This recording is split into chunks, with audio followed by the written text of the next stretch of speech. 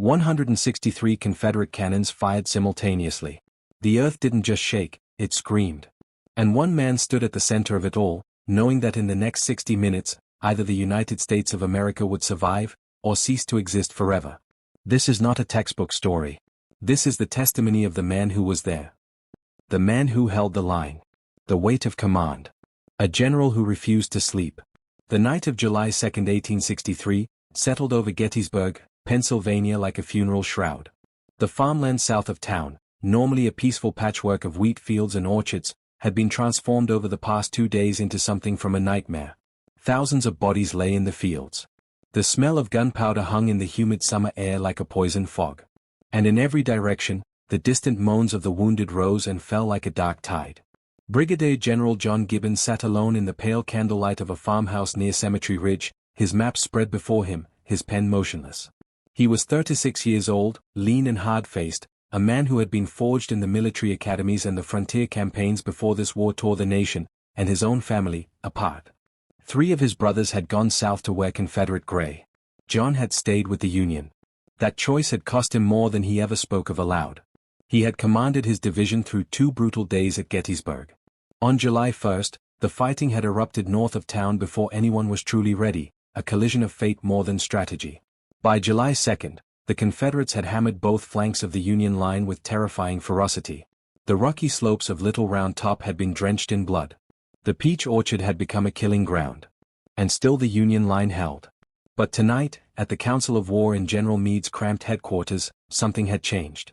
Meade had pulled Gibbon aside after the other generals dispersed. His voice was low, almost gentle, which made the words hit harder. If Lee attacks tomorrow, Meade had said, it will be on your front. Gibbon had nodded. He hadn't said anything back. What was there to say?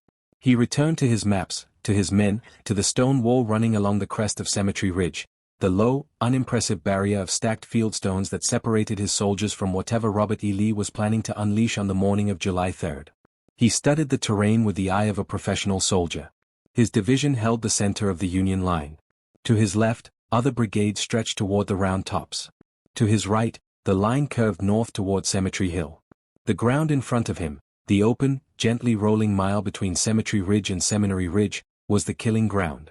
If Lee came, he would come across that. Gibbon thought of his men.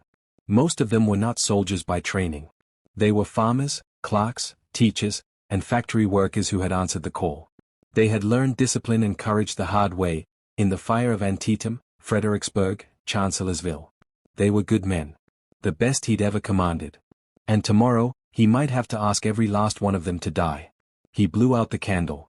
In the darkness, he listened to the sounds of his army, the coughs, the murmurs, the distant clinking of equipment. An army at rest that did not know what the next morning held. John Gibbon lay down on the hard earth of Virginia, closed his eyes, and waited for dawn. The morning of July 3rd. The deceptive calm. Dawn came slowly, reluctantly, as if the sun itself was hesitant to illuminate what the day had in store. The morning of July 3, 1863, began with an almost eerie tranquility on Cemetery Ridge. After the savage fighting of the previous day, the quiet felt wrong, the kind of silence that doesn't comfort but unsettles. Gibbon moved among his men early, checking positions, speaking quietly to officers, his boots wet with dew. The stone wall that defined their front line was low, barely reaching a man's hip, but it ran straight and solid, and the men had piled additional rocks and earth in front of it overnight. It wasn't much of a fortification. But it was theirs. To the west, across that vast open field, Seminary Ridge rose in a long, tree-lined crest. The trees hid Lee's army from view. Gibbon knew they were there, could sense the massed weight of thousands of men just beyond sight.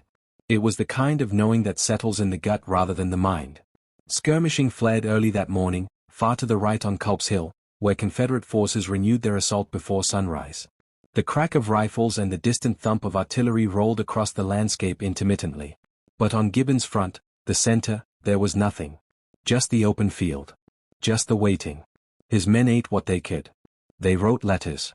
Some sharpened bayonets with the focused calm of men who had done it before. The veterans, those who had survived Antietam and Fredericksburg, moved quietly, deliberately, with the economy of motion that only comes from having seen war's real face. The newer men were louder, more nervous, trying to fill the silence with talk. Gibbon sat with a few of his officers for a late breakfast, a simple meal of hard bread and coffee in the shade of a grove of trees behind the ridge. General Winfield Hancock, commanding the entire 2 Corps, joined them briefly. The conversation was sparse. Professional. No one spoke of what everyone was thinking. The morning wore on. The sun climbed. The temperature rose. It would reach 87 degrees that day, brutal and suffocating in the thick wool uniforms of the era. Men drank from their canteens and sweated and waited. And then, just before 1 o'clock in the afternoon, everything changed. The cannonade. When the earth became a thunder god. It began with a single cannon shot. The sound cracked across the ridge like a gunshot in a cathedral, sharp, distinct, startlingly loud in the quiet. And then, before the echo had faded, came the second. And the third. And then, all at once, the entire Confederate artillery line erupted. 163 Confederate cannons opened fire simultaneously. The sound was not simply loud. It was physically violent. It was a wall of concussive force that struck every man on Cemetery Ridge like a blow to the chest. The ground shook continuously, not in tremors, but in a sustained, rolling vibration that a man could feel in his teeth, in his bones, in the marrow of his spine. The air became thick with smoke within minutes, a rolling, choking wall of white and gray that blotted out the sky. John Gibbon, who had been standing on the reverse slope of Cemetery Ridge when it began, was thrown from his horse by the concussive force of a nearby shell explosion. He rose, shaken, covered in dirt, and immediately looked for his officers. Around him, the world had become something from a fever dream. Shells screamed overhead in continuous streams. They hit the ridge with percussive impacts that threw geysers of earth high into the air. They burst among the trees, sending lethal storms of iron fragments slashing in every direction. They struck the stone wall, sending shards of rock flying like shrapnel. Ammunition caissoons exploded with tremendous blasts of fire and smoke. Horses reared and screamed and fell. And the men lay as flat as they could behind the stone wall and waited. There was nothing else to do. In this kind of bombardment, movement meant death. The only choice was to press yourself into the earth and endure. Gibbon moved along the line, crouching, running between bursts, checking on his troops. He saw things he would never forget. A soldier sitting upright against the stone wall, apparently resting, until Gibbon got close enough to see the man's eyes were open and empty, killed by a shell fragment that had left no visible wound. 2 artillerists from one of his supporting batteries, lying side by side in a crater, one comforting the other who had lost both legs below the knee and somehow, miraculously, was still conscious. Later, writing about it in his memoirs, Gibbon would struggle with the most basic question any eyewitness struggles with under such conditions: how long did it last? How long did this pandemonium last? Measured by our feelings, it might have been an age. In point of fact, it may have been an hour or 3 or 5. The measurement of time under such circumstances, regular as it is by the watch, is exceedingly uncertain by the watchers. In reality, the Confederate bombardment lasted approximately 1 hour and 50 minutes. It was the largest artillery barrage ever conducted on American soil, before or since. And for every minute of it, John Gibbon's men lay in the dirt and absorbed it. But here was the thing that Confederate Artillery Chief Colonel E. Porter Alexander couldn't know from his position on Seminary Ridge. The barrage was largely missing. The shells were overshooting the Union line. They were landing among the artillery reserve, the supply wagons, the ambulances, causing chaos and carnage behind the ridge. But the Union infantry behind the stone wall was surviving at a rate that defied the scale of the bombardment. The earth protected them. The reverse slope of Cemetery Ridge sheltered them. The Confederate guns were wasting ammunition on ground behind the Union line, and the Union defenders were battered, shaken, terrified, but alive. On the Confederate side, Alexander watched his ammunition stocks dwindle and saw the Union artillery slowing its return fire. He interpreted this as suppression, the Union guns being destroyed. He sent an urgent note to General Pickett: "For God's sake, come quick. The 18 guns have gone. Come quick or my ammunition won't let me support you properly." It was a catastrophic misread of the situation. The Union guns had not been destroyed. They had been ordered to conserve ammunition. They were waiting. And on Cemetery Ridge, John Gibbon looked west through the thinning smoke, and his heart seized in his chest. Because what he saw was not an empty field. What he saw was an army. The gray wave. 12,000 souls walking toward death. The smoke cleared as if God himself had pulled back a curtain. A light breeze moved across the killing ground between the 2 ridges, and in its wake, the dense white curtain of gunpowder smoke parted and thinned. And there, emerging from the tree line on Seminary Ridge in a spectacle that no one who witnessed it ever adequately described, came the Confederate assault force. Approximately 12,500 men. 3 divisions. Pickett's Virginians on the right, Pettigrew's mixed force on the left, Trimble's men behind. They emerged from the woods in long, perfect lines, battle flags snapping in the summer air, bayonets catching what remained of the afternoon sun, and they began to march. It was, by every account of every man who saw it from either side, one of the most extraordinary and terrible sights in American military history. They didn't run. They walked. Deliberately, with the measured cadence of parade ground training, they stepped out across that open field in perfect formation, a mile-wide front moving with the terrible beauty of a machine built for a single purpose. The Confederate officers rode among them, some on horseback, some on foot, urging the lines to dress properly, to keep their spacing, to maintain the advance. From Cemetery Ridge, Gibbon watched through his field glasses, and what he felt was something beyond tactical assessment. It was something older, a primal or at the scale of human sacrifice he was witnessing. These were men. Men with families. Men with names. Walking into the mouth of an army that was waiting for them with every gun it possessed. Lieutenant Frank Haskell, Gibbon's aide and close friend, later wrote what many Union soldiers on the ridge felt in that moment: none on that crest now need be told that the enemy is advancing. Every eye could see his legions, an overwhelming resistless tide of an ocean of armed men sweeping upon us. The Union artillery opened fire first, the very guns the Confederates thought had been suppressed. Long-range shells tore through the Confederate formations, blasting gaps that were filled instantly as the men closed ranks and kept walking. The carnage was immediate and continuous, men vanishing in explosions, the lines reforming, the march continuing. Gibbon gave his orders with controlled precision. His infantry would hold their fire until the Confederates were close, very close. The range needed to be point-blank if the musket volleys were to have their full devastating effect. He moved along the back of his line, repeating the instruction, "Hold. Hold. Don't fire until I say." The Confederate lines drew closer. The distance shrank, 800 yards, 600, 400. As they approached the Emmitsburg Road, which ran north-south through the valley between the ridges, the Confederate right flank began to wheel left, pivoting toward what had become known as the Angle, a spot where the stone wall jutted back to the east, creating a small salient in the Union line. This was the target. This was the objective General Lee had chosen. The wheeling maneuver exposed the Confederate right flank to Union artillery fire from multiple directions simultaneously. McGilvery's cannons north of Little Round Top raked the Confederates from the south.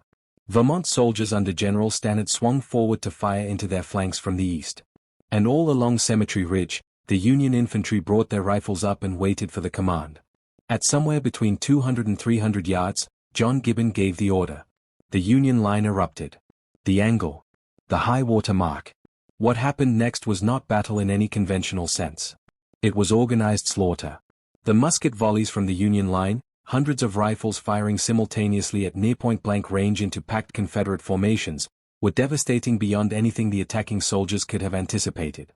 Entire front ranks went down at once. Men who had marched a mile through artillery fire, who had maintained their formation and their discipline across open ground under constant fire, were now in the killing zone of massed infantry, and the difference was absolute. The Confederate lines staggered. Shrank. Pieces of them broke, turned, fled back across the field. Other sections continued forward with the desperate momentum of men who had come too far to turn back, who were perhaps safer pressing forward than retreating across that exposed ground. From his position on the crest, John Gibbon could see everything. He could see the Confederate battle flags, there were dozens of them, each representing a regiment, advancing, falling, being picked up by other hands, advancing again. He could see the officers on horseback riding forward into the fire, could see them being unhorsed, could see them on foot continuing the advance.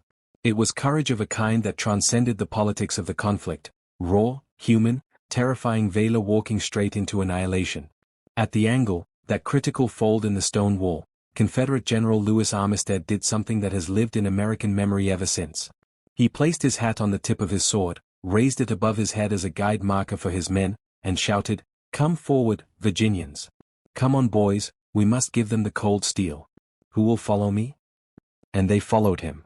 Armistead and perhaps 250 to 300 men crashed over the stone wall. They were inside the Union position. For one brief, chaotic, insane moment, the Confederate battle flag flew behind the Union line. 2 Union artillery pieces were captured. Armistead himself reached one of the cannons and put his hand on it, crying out, before he was shot 3 times and fell mortally wounded. This was the moment, the absolute razor's edge. If Confederate reinforcements could pour through this breach, if support could reach Armistead's men before the Union could close the gap, the entire Union center might crumble. John Gibbon was there. On horseback, then off it when a bullet struck him in the shoulder. Wounded, he did not leave the field. He moved among his men, directing, steadying, pointing toward the breach. Union reinforcements from adjacent brigades flooded toward the angle. The hand-to-hand combat at the wall was savage, rifles used as clubs, bayonets, fists, anything available. General Hancock, commanding the entire II Corps, was also struck, a bullet hitting the pommel of his saddle and driving wood fragments and a bent nail into his thigh. Wounded, bleeding, he too refused to leave. These were the kinds of men who held this line. The Union soldiers poured into the breach. Armistead's force, too small, too unsupported, surrounded on three sides, was overwhelmed. Those who weren't killed were taken prisoner. Armistead himself, mortally wounded, was carried from the field, asking for his old friend Hancock, who was at that moment being treated for his own wound nearby. The two men, who had been close friends before the war sent them to opposite sides, would never speak again. Armistead died in a Union field hospital 2 days later. And just like that, in the space of perhaps 40 minutes of actual infantry combat following the nearly 2-hour bombardment, it was over. The silence after. When the guns stopped. The silence that followed Pickett's charge was as jarring as the cannonade that preceded it. It felt like a physical thing, heavy and sudden and strange. The rifles stopped. The artillery went quiet. And across that vast open field between the ridges, what had been a mile-wide moving wall of men was now a broken, staggering stream of survivors making their way back toward Seminary Ridge. From Cemetery Ridge, John Gibbon surveyed the aftermath. His shoulder wound was being dressed by a surgeon, but he refused to sit, moved to the edge of the ridge and stood watching. What he saw in that field defied easy description. The dead lay everywhere. Confederate and Union together. The ground for nearly a mile in every direction was covered. Bodies in every position, in every state of terrible injury. The grass that had been green that morning was churned to brown mud stained darker. The stone wall that his men had defended was piled with the dead on both sides. The air smelled of gunpowder and blood and something else, something that no veteran of battle could ever name but would never forget. The men around Gibbon reacted in different ways. Some cheered, the raw, primal release of survival after mortal terror. Some wept openly, not from sadness but from the sheer overwhelming release of hours of sustained fear. Some simply sat where they stood and stared. Veterans, the men who had seen Antietam and Fredericksburg, tended toward that third category. They knew what this meant, and they knew that knowing it changed a person forever. Across the field, on Seminary Ridge, General Robert E. Lee rode out to meet the survivors of the charge. He was seen by multiple witnesses to be visibly shaken, perhaps the only time in the war that observers noted the general's iron composure cracking. To the shattered Pickett, Lee was reported to have said, "General, place your division in rear of this hill, and be ready to repel the advance of the enemy." Pickett, by some accounts, replied, "General, I have no division." Whether those exact words were said or not, the truth behind them was absolute. Pickett's division, nearly 5,000 men who had marched out of those woods with their flags and their courage, had been effectively destroyed. Of the 13 colonels commanding Pickett's regiments, every single one was a casualty. 2 of his 3 brigade commanders were killed, the 3rd was severely wounded. In total, Confederate casualties from the charge exceeded 6,500 men in less than an hour of fighting. More than half of the men who had stepped off from Seminary Ridge did not return. John Gibbon, his arm in a sling, stood at the wall where so much had happened and was still. Later, in his memoirs, he would write with the restraint of a professional soldier about what he had experienced. He would use precise language, measured sentences. He would avoid the grandiose. But between the lines of those careful words, anyone who read them could feel the weight of what he carried, the weight of command, the weight of memory, the weight of what it means to be the man standing at the center when the fate of a nation is being decided. He had been there. He had held. And the nation he served had survived. The meaning of the moment. What July 3, 1863 changed forever. The Battle of Gettysburg ended the following day, July 4, Independence Day, as General Lee began the long, painful withdrawal of his shattered army back into Virginia. The Army of Northern Virginia would fight on for nearly 2 more years. The Civil War would demand more blood, more sacrifice, more of everything terrible that humans can inflict upon each other. But something had changed at Gettysburg that could never be undone. The Confederate Army of Northern Virginia had come north carrying Robert E. Lee's grand vision, a decisive battle on Union soil, a victory so complete that it would force the Lincoln government to negotiate, that would fracture the Northern political will to continue fighting. It had been a gamble of the highest order, and it had failed at the angle on Cemetery Ridge, failed in the smoke and the heat and the thunder, failed against a stone wall defended by men who refused to move. For John Gibbon, the war continued. He recovered from his shoulder wound and returned to command. He fought through the Overland Campaign the following year, the Wilderness, Spotsylvania, Cold Harbor, the meat grinder battles of 1864 that would finally break the Confederate Army's ability to resist. He was wounded again at Petersburg. He was there at the end. After the war, Gibbon served in the West, most famously commanding the column at the Battle of the Big Horn during the Great Sioux War of 1876, arriving the day after Custer's catastrophic last stand to retrieve the bodies of his fellow soldiers. He eventually achieved the rank of Major General in the post-war Army. He died in 1896, in Baltimore, and was buried at Arlington National Cemetery, the same ground that had once been Robert E. Lee's home. But of everything in that long military career spanning 3 decades, it was those hours on July 3, 1863, the cannonade, the gray wave crossing the field, the desperate fighting at the angle, that defined him in history. He had commanded the center of the Union line during its most desperate hour. He had been there when the United States nearly ceased to exist. And he had held. His account, published posthumously in 1928 as Personal Recollections of the Civil War, is one of the most restrained and yet devastating first-person documents in American military history. In its quiet, professional language, it captures something that no strategic overview or battlefield map can convey: what it actually felt like to stand on that ridge, to feel the earth shake, to watch those gray lines come toward you across that open field, and to choose to stay, to command, to hold. That choice, made by one general and echoed by thousands of ordinary soldiers along the stone wall, preserved the United States of America. Not in theory. Not in abstract. In fact, in blood, in the dirt of a Pennsylvania summer afternoon.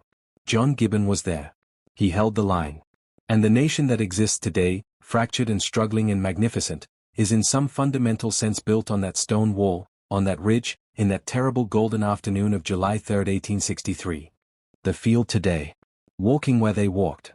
Today, if you visit Gettysburg National Military Park on a summer afternoon, you can stand at the angle. The stone wall is still there. Reconstructed and maintained, it looks much as it did in 1863, low, gray fieldstone, running along the gentle crest of Cemetery Ridge. Behind you, the trees where Gibbon's headquarters stood. In front of you, the open field, now peaceful farmland and manicured grass, stretching away to Seminary Ridge nearly a mile distant. If you stand there in the late afternoon, when the July light turns the field to gold, and close your eyes and listen. The wind moves through the grass. The trees murmur. Somewhere, a bird calls. And if you know the story, if you've read Gibbon's account, if you've walked where Armistead's men crossed the wall, if you've stood where Hancock was wounded, where Pickett's division was destroyed, then the field speaks. Not in words. Not in sounds. In weight. In the particular gravity that belongs to places where the largest things happened. The bronze statue of John Gibbon stands near the angle now, placed there on the 125th anniversary of the battle, July 3, 1988, exactly 125 years after he stood in that spot in the smoke and the thunder and the fire, and held his ground. He looks west. Toward Seminary Ridge. Toward where the gray wave came from. His eyes, cast in bronze, are steady. He holds.